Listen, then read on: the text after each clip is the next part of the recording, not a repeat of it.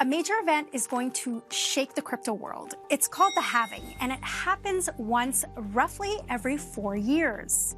This will lower the number of new Bitcoin entering the market by half.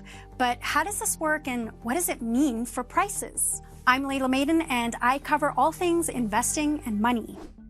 So the way that Bitcoin works is it's a type of cryptocurrency that operates on a blockchain, which is a decentralized network where transactions can happen peer-to-peer or person-to-person. Not one government or entity can have control over it. So because Bitcoin is a decentralized network, there are thousands of computers, which is what we call nodes, operating across the globe. And anyone can own and operate one. And what they simply do is they solve a series of complex mathematical puzzles and verify transactions in the network. Now, the node or series of nodes that find the new block are given a reward in the form of Bitcoins. Right now, that reward is 6.25 Bitcoin. However, that reward is set to be cut in half in April, down to 3.125 Bitcoins. These rewards are cut in half every 4 years, and this event is called the halving.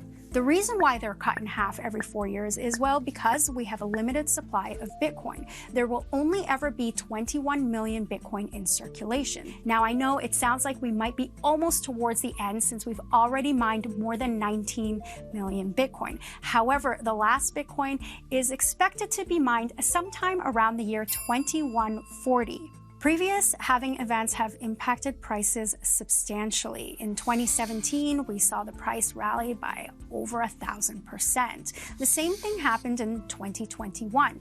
Now, investors and traders that understand this pattern, what they'll do is they'll add Bitcoin to their position during a quiet time in the market, or what's called during the bear market, and they'll hold on to this asset until the halving event. And once that halving event takes place, many that have been holding their Bitcoin for a while tend to wait and try to sell at these high prices. When the price of Bitcoin rallies and goes up, it tends to pull the entire crypto market up with it. Those who profited off of the price of Bitcoin are now taking their profits and throwing it into higher and more riskier bets like altcoins to try and make even more money. So there's a lot of things that could impact the price of Bitcoin outside of the halving. One of them is macroeconomics, specifically the US economy and interest rates. A lot of economists and the markets are speculating that the Federal Reserve could begin to lower interest rates by the end or the second half of this year. That could help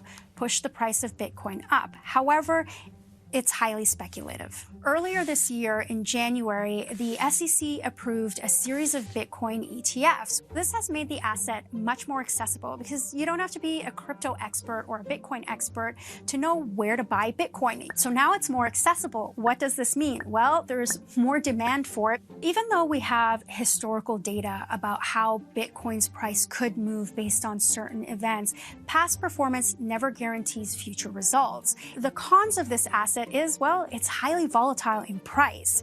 And because of that volatility, it makes it very difficult for it to be a medium of exchange, for example, to be used as money.